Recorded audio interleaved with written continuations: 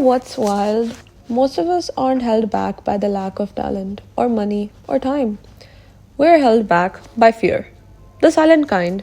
The kind that hides inside our maybes. The kind that dresses itself up as logic, responsibility, most of all, caution. The kind that whispers, what if this doesn't work out? Or also says, what if it does and I genuinely can't handle it? We don't call it fear, we call it being realistic, we call it waiting for the right time, we call it just being practical. But deep down, if we're being honest and brutally honest, fear is driving the car and we're just the passengers. So here's a question that it's been haunting me lately. Like the quiet middle one of the night way. If I wasn't afraid, I would dash. That sentence. That fill in the blank moment, that's where the truth starts. Welcome back to It's Just a Thought. Hi, I'm your host Namna, and today's thought might just be one that changes something for you. It's not a big lesson, it's not a TED Talk, it's just a simple question. But if you're still with me, it might just well be the best possible way. So let's talk about it. Fear isn't always loud. Sometimes it's quiet and polite. Sometimes it sounds like a checklist. Let me just finish this one course first. I'll post this once I'll have the right camera. Now's not the right time. I've got too much going on. Sounds familiar? Fear doesn't say, don't follow your dreams. It says, wait just a little longer. And that's how dreams die. Not with a no, but with not yet. Fear keeps us in this loop. It convinces us that safety is better than aliveness, that staying small is better than risking being seen. But what if the thing you're scared of is the thing you're meant to do? Ever thought of that? Now, let me be real with you. If I wasn't afraid, I would stop trying to be so controlled. I'd say the weird things and thoughts out loud. I let my words spill without second guessing. If they sounded smart enough, I'd speak more from the gut, less from a script that I have been making in my head before the conversation even started. I let you see me when I am unsure, when I'm contradicting myself, when I don't have a solution, only a story. Because a part of me that has always thought, if I'm a messy, you will not respect me. But I've learned something. People don't connect with perfection. They connect with real. They connect with your stutters, your pauses, your process, with the I'm figuring it out version of yourself. Not the I've already arrived version you post online.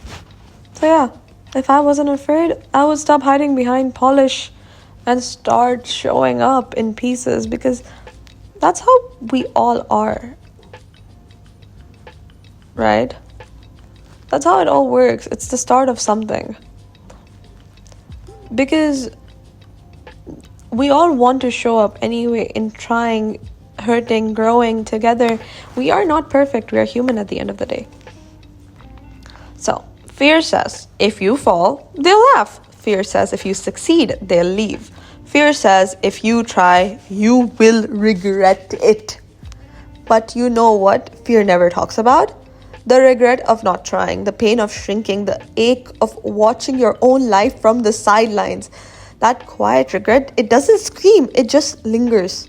Years after years, until you forget who you even were before you edited it. Sometimes I wonder how many versions of me never got the chance to exist, because I let fear make the decision. Versions of me that moved to new cities, took up spaces, told the truth, started weird projects, said no, said yes. I think about her sometimes and I wonder how loud she could have laughed. So, let's bring it back to you. If you weren't afraid, what would you do? Say it. Don't just think it. Say it out loud. No one is listening. Just you. Just us.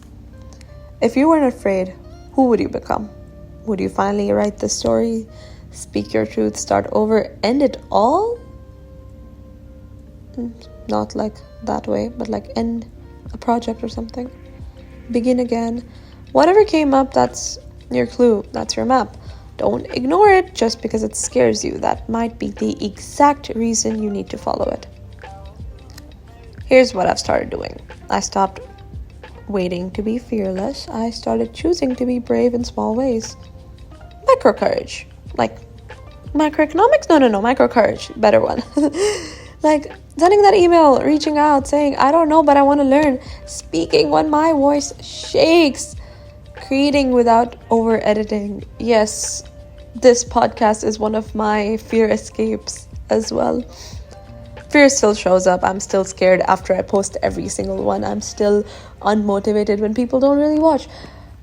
Does that stop me? Does that stop me from showing up? Does that stop me from moving? No, that little micro courage is there. But at the end of the day, that fear is no longer making my rules for me to just overall stop. It's not guiding my life. At least I'm trying it not to. So I want to leave you with this challenge. Do one small brave thing this week. Just one. Not a leap, not a rebrand, not a re-innovation. I'm not asking you to open a business. That's kind of stupid. Don't do that instantly unless you've already planned it. That's a different thing altogether. But don't do it. Just one whisper level act of courage. One kind of move your future self would thank you for. The kind that says, I'm not fearless, but I'm trying. Let that be enough. That's like starting somewhere, you know? So here's your thought of the day. Fear will keep knocking, but you don't have to keep answering. You deserve a life that is more than just safe. You deserve a life that is very much alive. And you know the gist. At the end of the day, all of this was just a thought. I'll see you all next time. Bye-bye.